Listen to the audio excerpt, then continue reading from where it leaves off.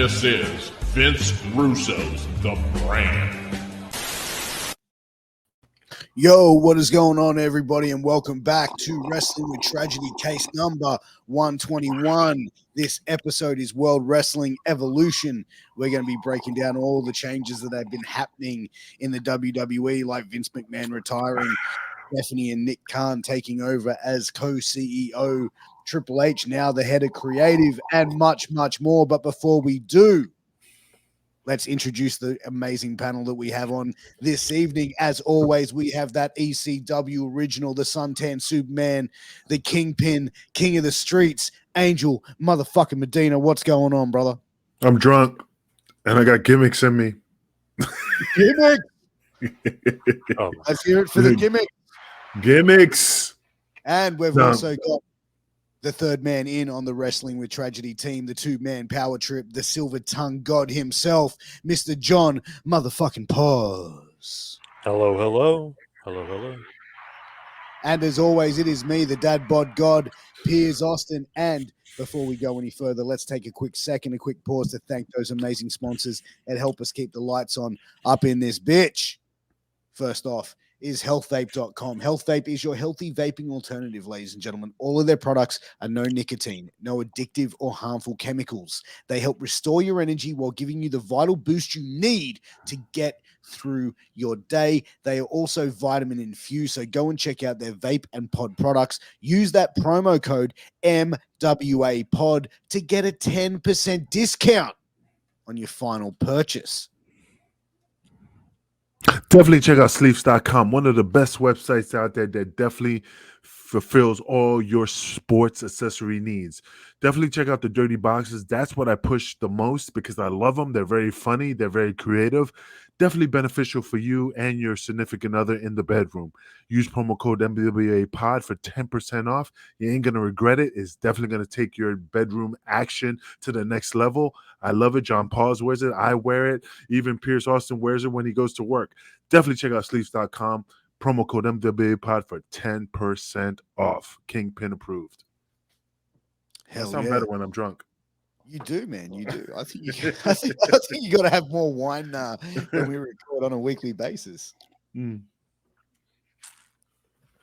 But yeah, your pronunciation is actually better. I know.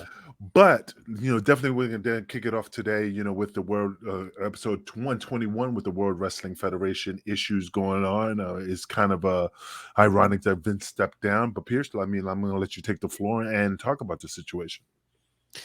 Well, the World Wrestling Entertainment has gone through a few changes recently. So the first change that we've seen massively was Vince stepping down as CEO and retiring as the CEO of WWE, the company he created. And let's be honest, we're going to say a lot of things about Vince McMahon in this podcast, but one thing you can't deny, that this man really created wrestling what it is today.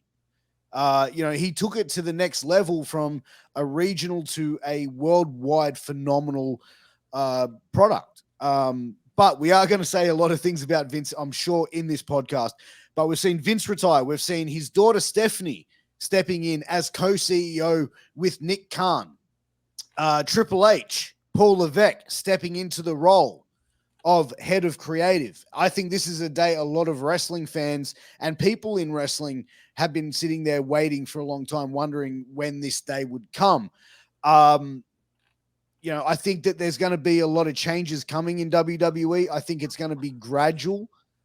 We have seen the re-debut of two stars that were released, Dakota Kai and also Karrion Kross, and Scarlett Bordeaux. Them being returning as well. Karrion Kross. I apologize. I don't care. No. Don't apologize. Fuck them. Anyway, but what's funny, Pierce? It's just funny how I just think this is a big, massive conspiracy theory, which I'm not saying a conspiracy theory. I just think I just see more behind the scenes. There's more of an angle that Vince is still in charge and kind of like working behind the scenes as a puppet master. So I really don't think he stepped down. I just think it's more of him trying to, because he knew the hammer was going to fall and he just did another checkmate thing, a checkmate against the board to try to put his family still in position of power. John? But do you Yeah. think that he picked his predecessor, or do you think that the board picked Stephanie there to, you know what I mean, keep a McMahon in power, but also have Nick Khan as a co? Because you got to like think with them as co-CEO, they both have to agree. Well, the thing is this. I mean, I'm going to let John take this from because I want his opinion. I want to hear what he has to say. I'm going to roll off that punch. But John, let me pick your brain and see what just what you think about the situation. So they were saying that the board selected her and the board wanted her. The board wanted another McMahon. The only thing they didn't really get into was it the whole board, because Vince controls 80% interest in the voting of the board. So if they're saying the board, and he's controlling the interest of the board, it's really him, to me, that put her in that spot. And I think that her leaving as the chief brand officer, taking her quote unquote hiatus, I think that was prepping her and getting her ready for the CEO, because he knew he was stepping down at that point, not retiring, but this is when he was stepping down. He knew that he was going to put her in. So he'd have her in there. It looks good. It's a female. It's somebody he trusts. Obviously, it's his daughter, but that's who us as the public would look and be like, oh, okay, it's McMahon in there. It's Stephanie. Okay. It's better than Vince. You know what I mean? Okay. He did this stuff that he did with these women and the hush payments and the federal government stuff and all that stuff. It just looks good that he put Stephanie in charge. I don't think anybody had a problem with it, board or otherwise. Well, do you think in regards to the situation that certain companies have certain clauses that maybe if they see the chairman of the board not in the right state of mind, or a morals clause, that the majority of the board take control of his decision making and kind of vote him out? Because I mean, again, I don't know what is written with WWE. I don't know what goes on with the board, but the way it played out is in regards to that. I mean, if I was a father and I knew that the hammer was going to fall, I will put my daughter in that position, especially if I own 80% of the company, that I have a lot of say-so in the matter, that if I make that decision to put my daughter in that position, it kind of trumps everybody else's, kind of like a high spot in regards to that matter. I mean, what do you think, Pierce? I need more wine. I think definitely Stephanie going in there was to have some sort of I think Vince has definitely got some sort of say and power over still the company. Like to think that he's completely out of the picture, I think would be ignorant thinking. Yeah, but don't you think in that aspect, like if he rode that wave, like I'm not going anywhere, I'm gonna fight it, that they'll finally find a way to kind of like X him out because of certain things, a moral clause, like a Harvey Weinstein. So I absolutely think that, and I think that was probably where the investigation was heading. I also think that Nick Khan is, he's going to be the CEO of this company. He will be 100% full CEO of this company, I believe, in the future. I think that they're going to do the same. I think they're gradually going to get the McMahons out. it's just so very difficult in regards to seeing Nick Khan in charge of a company that he doesn't know anything about the business. I mean, it's just like and John, please tell me the name. The individual when Ric Flair was upset in regards to the guy who was the corporate mogul of Pizza Hut, and he was running the fucking the company of WCW. Jim Herd. Yeah. So I'm just saying that Nick Khan, regardless of who he is, doesn't know the business. He hasn't paid his dues. He doesn't know the essence of professional wrestling. I mean, he's just a businessman and just looks at numbers just like the fucking Matrix. He just sees fucking just numbers in front of him. He doesn't see how to run a wrestling organization. I don't think he actually necessarily now in in 2022, you're seeing CEOs go over from, being the CEO of I don't know, a telecommunications company, and then going and being the CEO of McDonald's. So, but the thing is, I think that it's business is business on that level. He doesn't actually have to know how to go in there and wrestle and cut a promo. But it's not the point. But a lot of wrestlers respect an individual that knows that they cut their teeth in the business. Vince McMahon started at a point when he was just an announcer, and his dad gave him that position. So he's been in the wrestling business from day one, and he knows, how to be. He knows the boys. So when an outsider, and which again, Nick Khan is an outsider, doesn't have the respect of the boys, it shows that regardless if he's in a high position, people are just going to snub their nose at him because he's a piece of, he's not the boys. He doesn't understand what it is to be a professional wrestler. So that's what I'm saying in regards to like people don't respect them. Yeah, no, I can see it on that level as well. And I sound smart when I'm drunk. You do.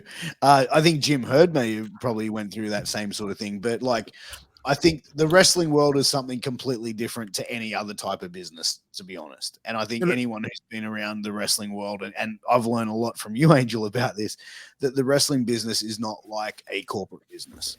Yeah, and I know, like you said, Pierce, that back in the 90s compared to the now, it's a totally different aspect of how professional wrestling is supposed to be. And I am an outsider how it is right now because I just don't agree on certain things that they do in the business. It's just I'm old school. But it's just funny how it's just I just see Vince stepping down because I know he did it because he knew that regardless of how it played out, that he was going to be on the outs. And that's just his checkmate to the middle finger to the business, not to the business, to the people that was in charge of the board, if that makes sense. Yeah. No, I definitely think that. But, I think also looking at the fact that Triple H now being the head of creative, I think that, as I said earlier, that's a day that I think a lot of wrestling fans and people even involved in the world of wrestling were sitting there waiting for this day to happen and wondering if it ever will. We saw like Triple H, take on that role. He sort of stepped away as well and took some time off, him and Stephanie. And during that time as well, from what I've heard, is that Stephanie apparently was buried backstage after she sort of like took her hiatus. Well, I mean, why was she buried backstage? I mean, because they don't feel that she, like you said before the show even started, that she fucked up a lot of situations in regards to the back of the scenes, or because they don't think that she should be in a high position and it should be somebody else. Well, I think it was because she was in a sales role, or she was head of sales that came under one of the departments that she was running, and that was underperforming. So they questioned her as an executive. I think as well, from what I read, which was that when she took her hiatus, it looked like it was a sign of weakness, and it was basically said, "Oh, she's not capable of performing at that executive level." That was part of it. So by who though? By the boys or the board? I think it was more of like just a backstage burial by someone. Like that was the sort of word getting around. You know what I mean? Like, Chinese whispers, bro, like that sort of shit. Yeah, but I mean, John, let me ask you a question. I mean, regardless if it's wrestling, regardless if it's the company of Pizza Hut or the company of Pepsi Cola, if you're the CEO, you're not there to be liked by the underlings of the organization, regardless if they don't like you or not. The point is, you're the head neighbor in charge in regards of running the corporation. So I don't think that because people disapprove of like are unhappy in regards of how she ran the company behind the scenes, now that she's on the front helm of this organization. I mean, what do you think? I mean, do you think she really cares? Probably not. And some of that stuff might have been overblown with some people backstage, but I doubt she cares. If she's anything like Vince, she definitely doesn't care. Vince was bragging about how everybody thinks he's an asshole and all that other stuff. So I doubt she would care. But when she was the chief brand officer, the whole thing was that Nick Khan was getting all these great deals and all these big time brands that wanted to sponsor the show and all these great partnerships. And he's the one bringing in Pat McAfee, and he's bringing in Logan Paul, and he's bringing in Bad Bunny. So it just looked like, okay, well, that's great. All the stuff she's doing with Connor's Cure, and the American Heart Association, all this other stuff. But this guy's bringing in mucho dollars making the Fox deal. He's doing the USA, doing the Saudi Arabia. So to me, it was like, okay, he definitely performed that job or that brand officer position. It seemed like overshadowing whatever she was doing. And you're So I referring mean, there about is Nick some, Khan, though. yeah, Nick Khan. So there is something to that. Where as far as maybe she did underperform and maybe he did overperform to an extent. So I think there is something to that. But don't you So think? I actually, mean, I'm sorry, Pierce. Let me just question this. But I mean, that's what he was hired for. I mean, due Right. to the fact that he was in the business in regards of how to run an organization, I mean, that's what he was hired for. And his So Hollywood connects. Yeah. correct. So why would it? Why? I mean, he's smart in that aspect. So regardless of what Stephanie did in the business, I mean, that's his world to try to make the company better. So why would they frown upon it? I don't know. I mean, I feel like he's doing a good job. He's the one that implemented the Saturday pay-per-views too. So you're seeing all the pay-per-views on Saturdays. That was him. So Go ahead, Pierce. he might so be I jumping actually, the line on her. I don't know. so I actually found the details on the Stephanie McMahon's reported burial backstage. So it's reported by Dave Meltzer. So take that with a grain of salt. Mhm. He basically says, where is it? Before she was brought back as WWE's co-CEO, Stephanie McMahon took a leave of absence to focus on her family. Reports started to emerge about her allegedly unsatisfactory track record as a WWE executive. McMahon was also outrightly buried behind the scenes after she went on hiatus. So McMahon received criticism as operating as the sales division wasn't her strongest suit. Here's what Meltzer revealed. This was noted internally as a weakness. This is what the leak story months ago buried Stephanie for being weak at. And it was a category where UFC far outdistanced WWE in both companies otherwise are pretty comparable. Mhm. So take that for a grain of salt. You know, like, I don't know, like, can you really bury someone on like not being like, you know what I mean? Like, do you think because she's a McMahon, people expect her to be good at everything? I mean, you can't be good at everything. I mean, that's just very just. I mean, I'm just trying to find the word. I mean, you're not an expert in every field of the business. I mean, there's certain chinks in your armor that you're not good at. I mean, if they're going to just criticize her for every little aspect of how she runs the company, then that's just being like a dick factor on a 10th level. You know Yeah. what I mean? I mean, nobody's perfect. And for her to, for them to just like kind of nitpick everything she does is kind of wrong. Yeah. John? No, I agree. John? We'll see. I think the proof will be in the pudding coming up. Let's see what she does with the company. Let's see the financials. Let's see how the stock does. So I think she's put in a position now to sink or swim, and let's see how she does. Because if she does sink, Nick Khan is right there to pick up the pieces, just Well, like he don't did with the CBO job. So But just curiosity. I mean, you say, if she sinks, but due to the fact that Triple H is the other corner of the triangle, I mean, if you put Nick Khan at the top, or regardless who's at the top, you still have two individuals in that triangle that covers each other's bases. So if Stephanie drops the ball, she has her husband to pick it up. And he's very, very knowledgeable in the business. So I mean, I don't think she's gonna fail because she has Triple H in that other position to cover her bases. I hope he can last. He had that heart attack from stress where he couldn't handle it. Now they got giving him two jobs. He wasn't really that great in creative in NXT, to be honest. They lost to AEW.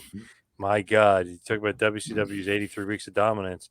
I think that AEW's was worse against NXT when Triple H was running NXT. So, I mean, let's see if he sinks or swims too, because as of right now, Raw was great as far as the rating was 2.23 million. So it was doing great, but let's see how he does going forward. Yeah, but he was doing great with NXT, and then they pulled the rug from under him. That's why he went to that No, pig. that was after they got destroyed by AEW. But Yeah, go ahead, you know what the Pierce. thing is, like, and this is gonna, and this I'm taking this from another side of this other side of the sword here. When you do in a creative role Mhm. and you have a vision of what you want to see unfold, it also you have to take into consideration the performers that are going to be carrying out this vision. and how they see it being unfolding. You know what I mean? Because then you've got 3 different visions and 3 different ideas on how it should be. So sometimes I think that the creative and the wrestlers might not be bad at performing, or it might not be bad creative, but it's the 3 parties that are not on the same page and have different visions for what's going to unfold. And I think that sometimes results in what we see. Yeah, but the thing is that just like any corporation, any organization, you're not going to please all the employees, and you're there to make that massive revenue in regards to keep the company afloat. So you're not going to please everything. All the wrestlers, all the guys backstage, referees, all the agents, they're going to be with certain individuals that are unhappy of how things are run. But due to the fact that not Vince, but Stephanie's in control, I mean, just like the old philosophy, it's what's best for business. But that's not what I'm saying. Is like sometimes it's like we're criticizing someone's like as creative, but I'm also saying like you have to take in consideration the performers that are going out and doing what is booked of them to do, and their vision may be different to what the booker's vision is. Yeah, but sense?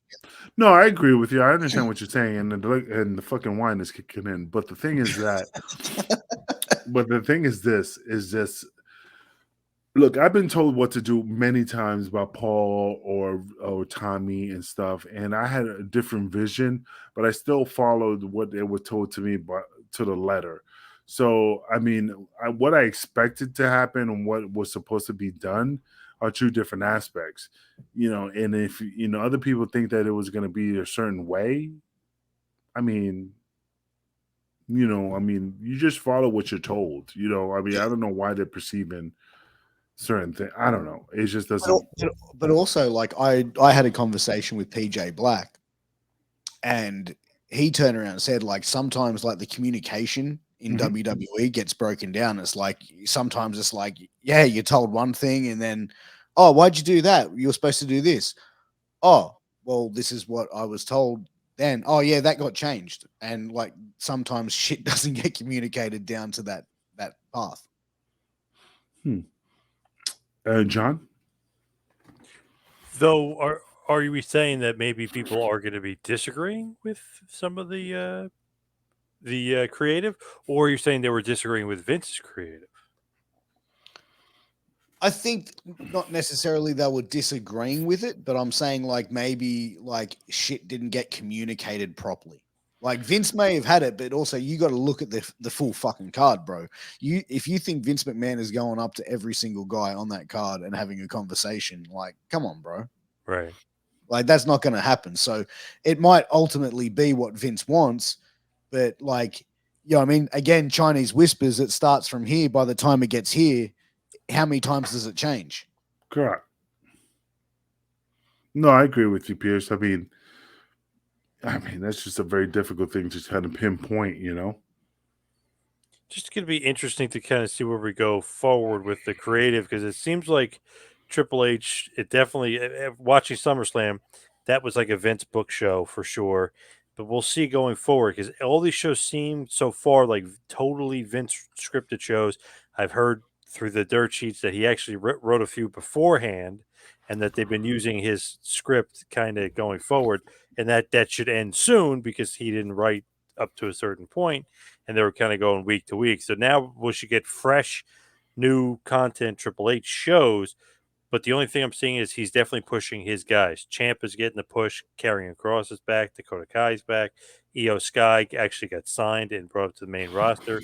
So it seems like it's his people, but I want to see like where creative goes under him, like what it looks like. You know what I mean? Like where we're going to be going to the future with him. Do you think that there's going to be performers that are worried now that were maybe Vince guys? Like you look at Theory, right? So Theory was brought up and really put in a position, alongside Vince. You know what I mean? Like to become a Vince guy, but it really, to me, didn't really come across like that. It was almost like he was just like that little puppy dog hanging around Vince. He had that thing with John Cena. And again, like it didn't really feel like he got a rub from John Cena. It would just look like he's a kid in there with John Cena. You know what I mean? And in NXT, Triple H, Theory wasn't pushed at all, really. I mean, he was in the way. He was kind of Gargano's second. He was just there. He wasn't really pushed. Gargano was the big push in NXT. All of a sudden, he gets called to the main roster, the U.S. champion. He beat Lashley. I mean, he got a pretty good, and hanging out with Vince, got a good, pretty significant push. So I don't know if Triple H wasn't a Theory guy or what, but at least he was being used, more in the main roster. At least he was more of a focus. NXT wasn't a focus at all. But why do you think Theory is getting a massive push? I mean, I know that everybody keeps saying he's the next John Cena or some bullshit like that. But why? What about him that made Vince kind of get a boner in regards to this guy? I think he's probably reminded him of Cena in 2002. Yeah. And I think he's like, you know what I mean? That handsome superstar that he can sort of push to the next level. And like, how old's Theory? Like 21, 22? Oh, he's a baby. Yeah. Maybe. Yeah, maybe 24. Yeah, so he's got youth on his side, bro. And you know what I mean? Like, I honestly think Theory does have a big future in WWE. Yeah, he's young. It just depends if he's got any heat with Triple H, doesn't it, really? Which I don't think he does. Well, you know, I mean, like I saw like who was it? I think it was someone said recently that they think that they don't see Roman Reigns and Brock Lesnar wanting to work with Theory. And why is that? I don't know, but it was someone said. I think it might have been shit. Who said that? Dutch Mantel. I think did he say that on a podcast with you, John? No. No? Okay. All right. I don't know where I heard it, but someone who is in the know of the wrestling world said something along those lines. Like it appears that they believe that Lesnar and Reigns don't want to work with Theory. Wow. I mean, that's news to me. I mean, again, I don't know what he has done to kind of like get that, not saying bad reputation, but people not want to work with him. Well, maybe he's not built up enough. Maybe that could be it. Maybe he's not main event level yet. But hey, he was a part of the SummerSlam main event. They made a big deal about his cash in, and he's going to get this fluke victory over one of them, and they made a big deal about it. He was a part of the main event, though. So yeah, but how many? A little bit of a rub. Yeah, but how many ages are there that keep him? You know what I mean? Like it's just like I don't know. I'm just trying to think of like outside the box in regards to that matter. You know, continue, Pierce. Go ahead. But anyway, so we've seen like Triple H's crew coming back, and I think the biggest shock or biggest surprise, really, which was being reported up until like it actually happened. So I don't know how much of a shock it really was, but Karrion Kross and Scarlett Bordeaux making their like return to WWE. And what do you think? I mean, Triple H brought him in because I guess he liked them. I mean, that's his favorite. Do you think they're going to get a massive push in regards now that they're coming back? I mean, dude, like your re-debut is taking out, like one of the top guys, Drew McIntyre, and then stating your claim to the top champion of the company. I don't know what of a fucking top spot is if that isn't it. You know what I mean? Like that's pretty clear. They've got some big thoughts with him, and you look at Karrion Kross, and you could legitimately see him beating Roman Reigns. You know what I mean? Like he has that believability in character and in his gimmick that I think he would be believable to go and challenge Roman Reigns and beat him for the championship.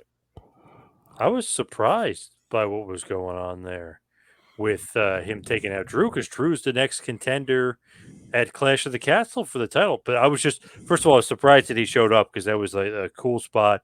That seemed like a totally different move than Vince would do. Obviously, Vince had this guy in a horrible helmet and a horrible face mask or whatever the hell he had him in when he debuted. So obviously that was different, but it was pretty cool because that's unpredictable that the guy who's challenging for the title gets beat up by this big dude that used to be there, and he was undefeated obviously in NXT under Triple H's watch until Samoa Joe beat him for the NXT title. But I don't know, that was cool, that was different, that was unique, and I like Kross because I feel like he's 6'4", 6'5" ish, 275. It's about the same size as Reigns. he looks believable. The character's cool. Scarlett's gorgeous. I mean, I like the they actually gave him the cool entrance like he had in NXT. Yeah. That gigantic board actually makes it look even cooler because that damn bird looks like it's like a million feet wide. Right. Just the hourglass, everything was cool about the presentation, but it was so unpredictable, so different. That was like, I was like, well, that wasn't like a Vince move. That was total like Triple H kind of, let's throw something else out there, throw a little curveball, because obviously Drew's getting the title match, but it's like, okay, where's Cross sit? Is Cross going to take out Drew? Is Cross going to fight Roman? Like, very interesting stuff going forward for me anyway, because I'm a Cross fan. Well, also you got to look at it as well because like Roman's had a pretty long run, right? So A very long run. 700 days. He could be like, you know what? I need to take fucking 3 months off. Which he kind of did because he kind of stipulated his own contract now. Well, that's what I'm saying. Like it might be time for him to say, hey, I need to drop the titles and I want to take some time off. And I think he's probably at that stage in his career where he could probably request that. And you know what I mean? Like, let's be honest. And I think either way, like if you put the titles on McIntyre or you put the titles on Cross, you got two believable champions. Do you think they're going to do some type of faction? With Cross? You never know. No. He's got Scarlett. Yeah, I don't know. I wouldn't put him in a faction. I would keep him separate. Personally. I just think that the gimmick and like the presentation of them, if you but at least it freshens up the title picture too, because he was starting to lose like contenders. Once he beat Drew, where's he going for there? Cody's injured. You know what I mean? Like, would he go with Lashley after that? They were kind of running out of contenders. Now you throw Cross in the mix. It's like, oh shit, another big dude, 6'4", 6'5", whatever he is, like a legitimate dude who might actually beat him. And Triple H loves Cross, love the gimmick. Obviously, made him undefeated forever in NXT. Yeah. So very cool. And I just think it's funny. People were posting that picture or the promo with Cross and Adam Cole, where Adam Cole basically like shoots, quote unquote, shoots on him. Yeah. Which I've interviewed Cross before, and Cross was laughing. He said, because I even said, like, you think anything in WWE would be unscripted? He said, of course not. It was all scripted. It was planned out. They practiced beforehand. I mean, the whole thing. But if you looked at them standing next to each other, Adam Cole, first of all, might be a midget. You know what I mean? Like he is not that small, but he's pretty damn small. His arms are like toothpicks. Legit toothpicks compared to Cross. So I was just funny that people were like, oh, look at this. This is such a great promo. It's like, oh, I couldn't get past how small Cole is. Like, people talking about the promo. Who gives you? It looks like there's no way Cole could ever challenge Reigns. You know what I mean? Like, Cross, at least you look at him and be like, okay, this guy could challenge Reigns. Yeah. True, I agree. Give me 1 second. I'll be right back. But I think the wrestling business has also changed a little bit, though, John, where it's like, we're seeing, people like we've seen like for years, like the last 10 years, like people of different body shapes really getting significant pushes. And I think it really sort of came, I don't know if it came with Daniel Bryan. Would you say it did? Or maybe just a bit before him? Kind of with Bryan. But Bryan is a lot bigger than Cole, like, and way more in shape. Cole looks like he hasn't seen a gym like in his life. Like, holy crap, he's just too small, too skinny. But I was just funny because people were comparing that, like Cole and Cross, and I was like, man, you can say whatever you want about the promo. I couldn't get past the fact how big he is compared to, like, this guy's trash talking him, but he's like 10 feet taller. It's like, I don't know. I just not buying it. But with WWE, it's like I can kind of see why Vince wouldn't like Cole. Triple H may like him because he liked him in NXT, but I can see why Vince wouldn't like Cole or Gargano or the smaller guys. Well, fucking Vince apparently didn't like Jonah. Really? Oh, that's he right. He did a tryout match and he did. Yeah, that's right. And he got released. He thought because like Jonah's like I think 5'10" or maybe just like 6 foot, and he's like, wow, I thought he would be a lot bigger. And he's like, well, we've got people that are like a similar body shape like Keith Lee and I think a few other guys that were coming through, and he just went, yeah, no. And I honestly, and I said before, I think that them releasing Jonah will be one of the biggest fucking regrets that the company has. Whoa, why? Because I think he's a fucking superstar. Oh. Like, you look at him, dude. Like, he looks intimidating. I would consider, like, I think he was like almost like Taz, right? That same sort of body shape, that sort of bulky, sort of thick, like a bigger version, yeah. Like, dude is a fucking phenomenal worker, great gimmick, and I honestly think it'll be a matter of time before he's back in WWE. Hey, well, look, he's making waves in New Japan in the G1, so that'll get him noticed for sure.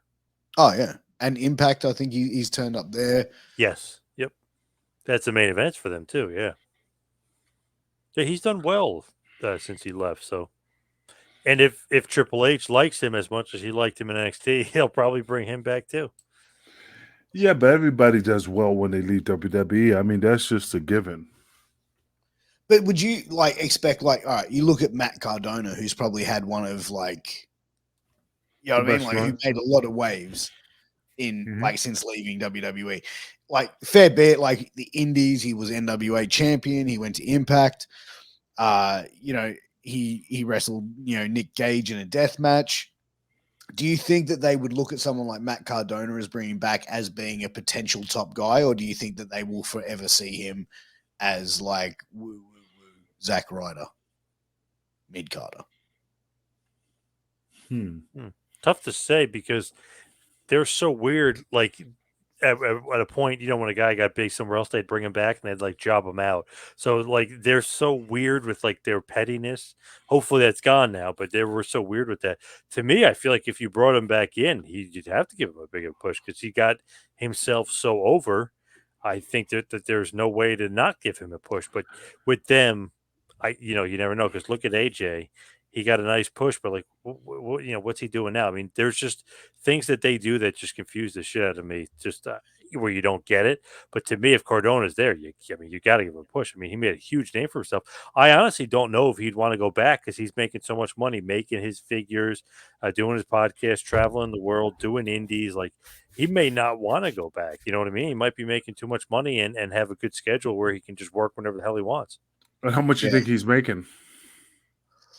Tough to say because if he's literally behind like creating the figures and stuff that to have like this now huge like cult following and he's got all these bookings pretty much. Even when he was injured, he had all these bookings. Who knows? He's probably making at least six, but he's probably making a good amount into the six figures. I would imagine No, I agree. I totally see your point. because he works for Impact, he works for the NWA, he works for Game Changer Wrestling. He does his podcast. He's obviously got all the sponsors and stuff. He makes the figures. All these figure companies and sponsor his show because whoever he mentions as part of like, oh, you got to get this Jeff Jarrett figure, then everybody runs and gets the Jeff Jarrett figure. So yeah, he holds a lot of weight in that world too. He's probably making a pretty good amount of money, and he doesn't have to travel 5 days a week. You know what I mean? He could probably True. work Friday, Saturday, Sunday, and wrap it up. Do you think Cody Rhodes is shitting bricks now? The Triple No. H is head of creative. He got hurt legitimately.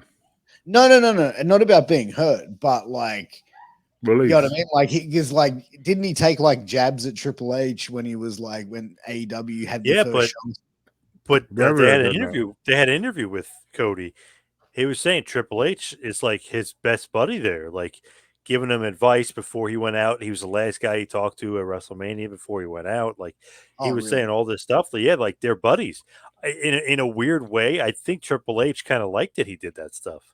You know what I mean? Like because back in the day, Triple H did that with the NWO and like, hey WCW, we're gonna invade you. Like that's kind of like that pot shot stuff. Like I think maybe Triple H kind of liked it, maybe admired it because he was saying that Triple H is his best buddy there. Like as far as like a mentor and stuff, like he said he's been great to him.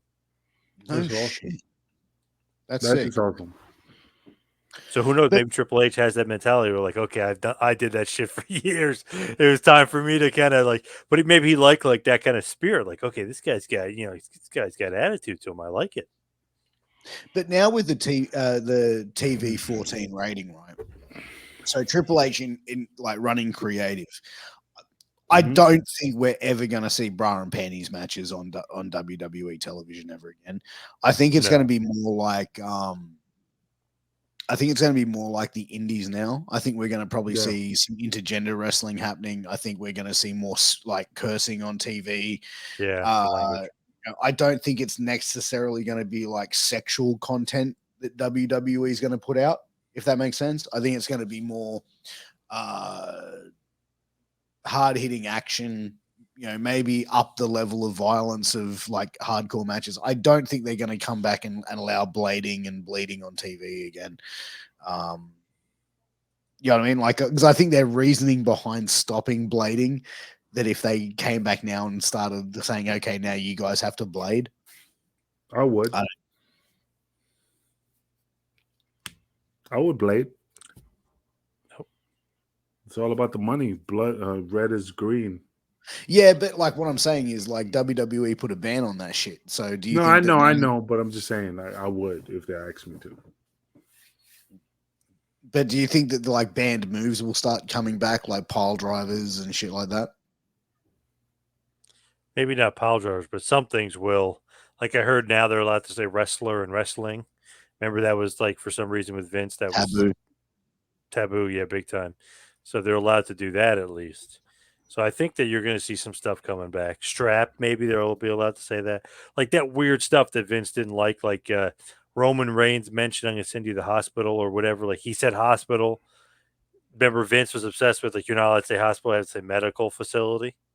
So like that changed, it seems like at least. So he had some like quirky, weird stuff. Supposedly Triple H, yeah, he likes sports entertainment, but he says it's pro wrestling. You guys are wrestlers. Like he wants that kind of stuff to come back. That's Vince sounds like he's the most like fucking wackiest motherfucker. Yeah, weird. Yeah. Like I heard, but he's a business mogul. What do you expect? I mean, the guy knows the business, No, you no, can't but sneeze in front of him. Yeah, he's weird, and you can't tell him I he's heard sick. I heard you can't even say like I fell asleep. Like you can't like apparently if you're flying on his private jet with him, you can't fall asleep, and you have to drink wine with him the whole flight or some shit. And if he falls asleep, it's okay. But if you fall asleep on him, like you'll get the shits. I never heard that, but I mean, where did you hear that? I think Jericho. I think Jericho said it somewhere. Like it was something I heard on a podcast or something a while, like years ago. Vince is an outrageous, extravagant individual. I mean, I won't be surprised.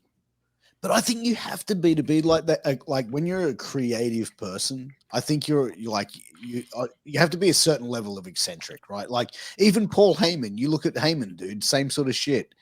Eric Bischoff. He's probably the most normal out of the three. Eric Bischoff, really, when you look at it. Yeah, I mean, Paul and Vince are just mega liars. I mean, that's just my opinion, But I never dealt with that individual, Bischoff. Yeah, I'm just chewing on bread. You're just chewing on bread. Angel's been into the wine, ladies and gentlemen. This is why we can't have nice things around the house, John. Yeah, look at that. He's got the bread. He's got the wine. What this are you, fucking Jesus? migraine. You got bread and wine? What the hell's going on? Man, I got this fucking migraine, man. I need some wine to ease this issue. But put it this way. Look, as I look at as a company, as a business, I just think Vince is a smart individual, and he knows what he's doing in regards of like putting people in positions where he's still in control. And I just think, regardless if Triple H is bringing Killer Cross, I mean, that could be just a benefit of like a part of this agreement with Vince. Like, hey, I want to bring in the certain individuals, that's part of my deal. But as long as he has those two individuals in the top tier of the company, he will always be in control. Because if Stephanie falls for the wayside, he has Triple H. If Triple H falls from the wayside, he has Stephanie. So he's kind of like triangling it in a strategic angle, to work. I mean, basically, he's working an angle that he knows that if one fails, he has the other one to cover that base.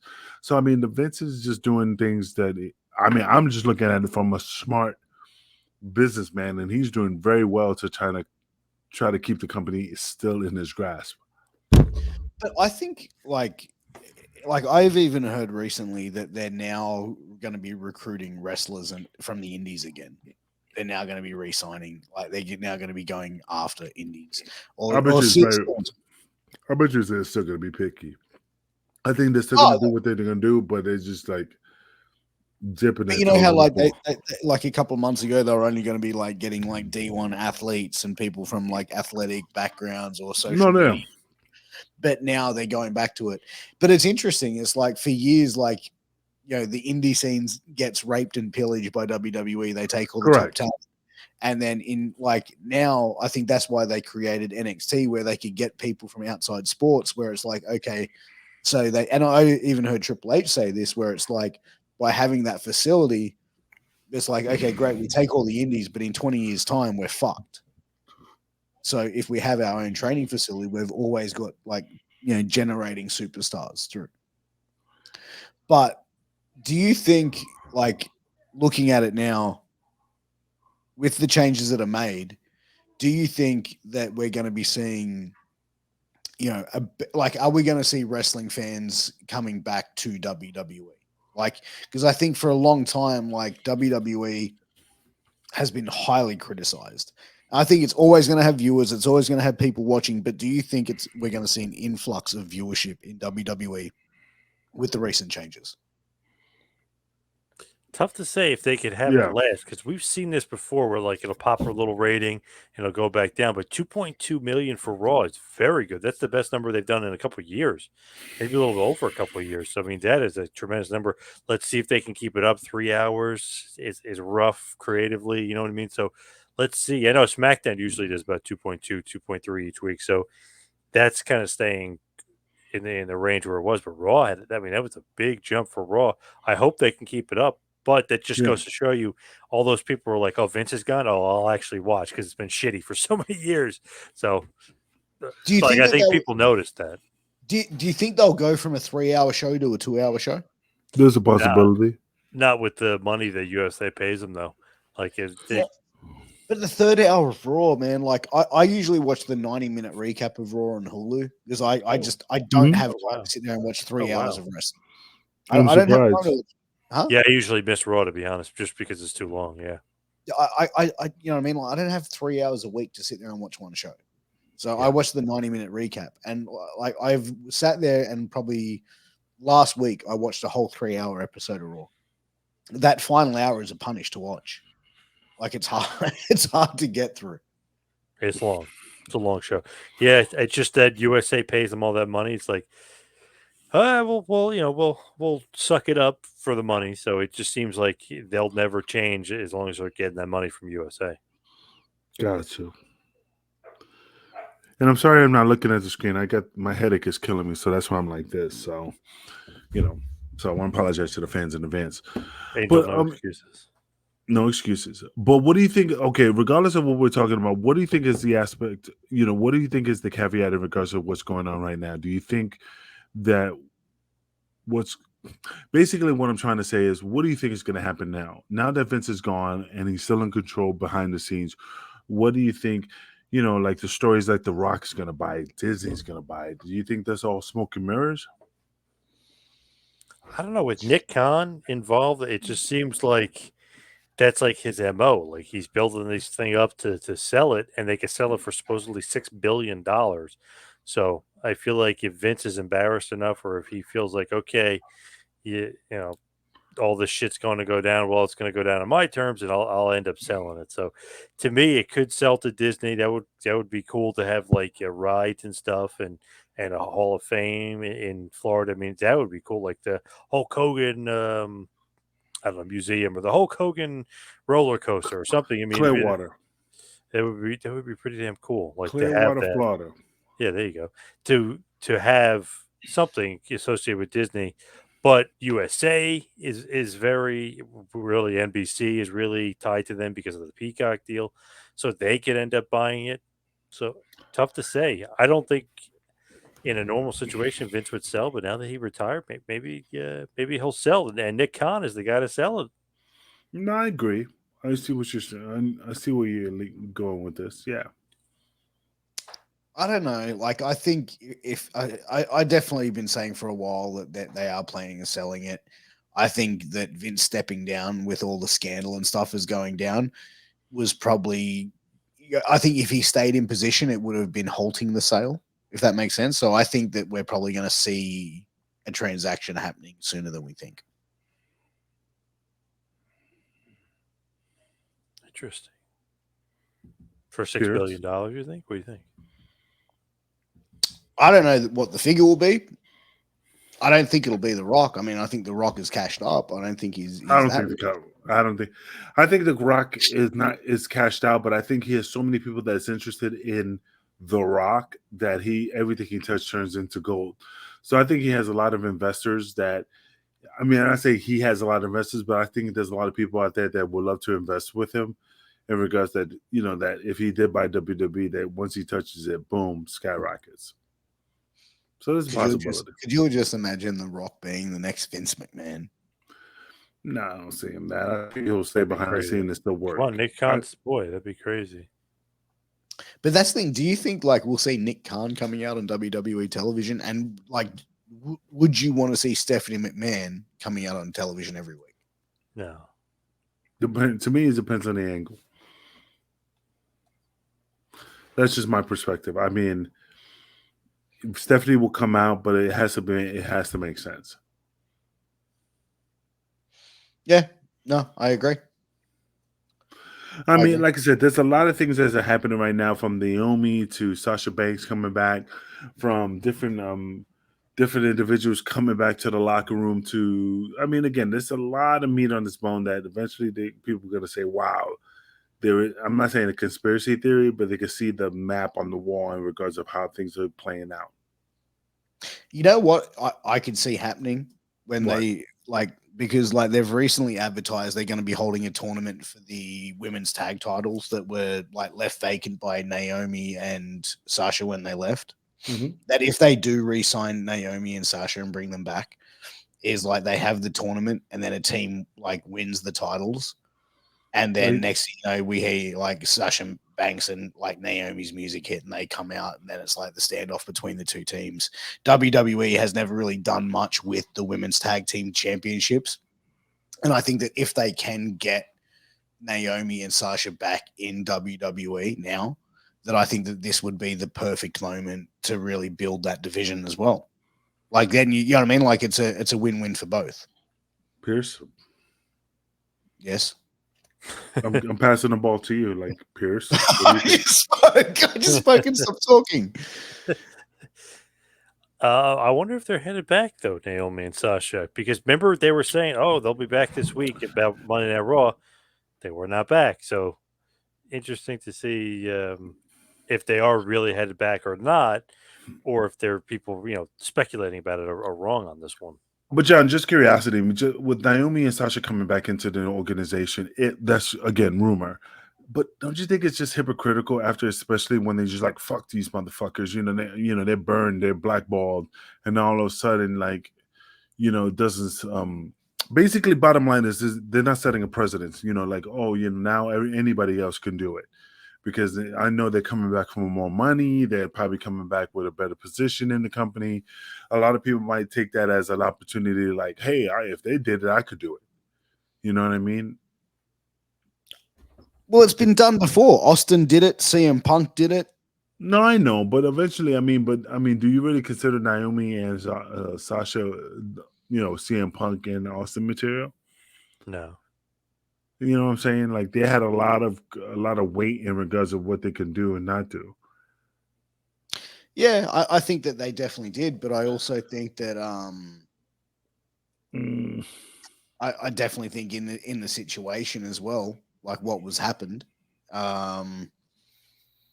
many believe they were in the right. So,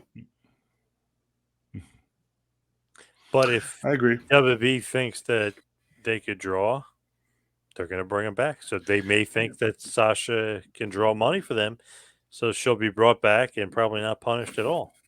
Well, back in the days, man, when you did certain things like that, you were blackballed. No matter if they think you could bring in bring in fans. You know what I'm saying? That's just, I don't know. Times have changed, bro.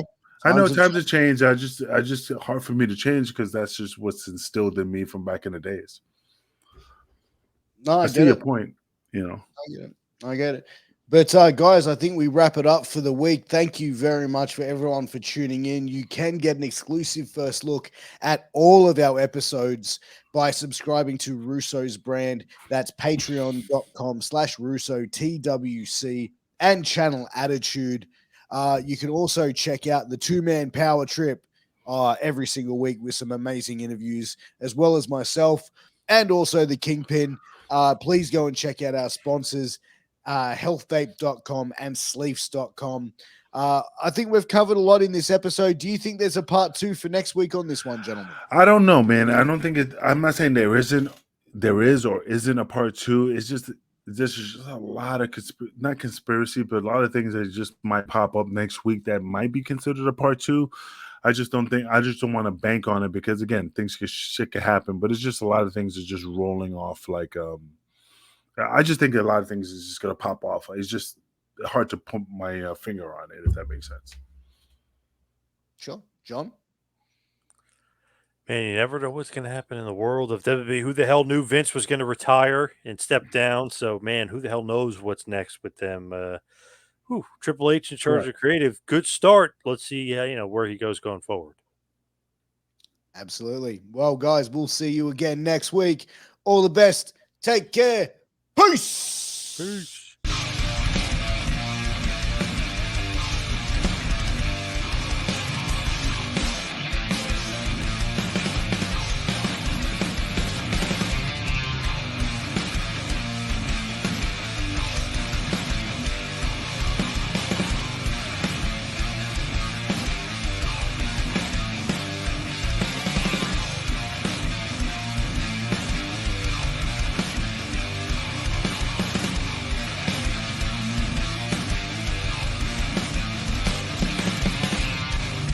This is Vince Russo's The Brand.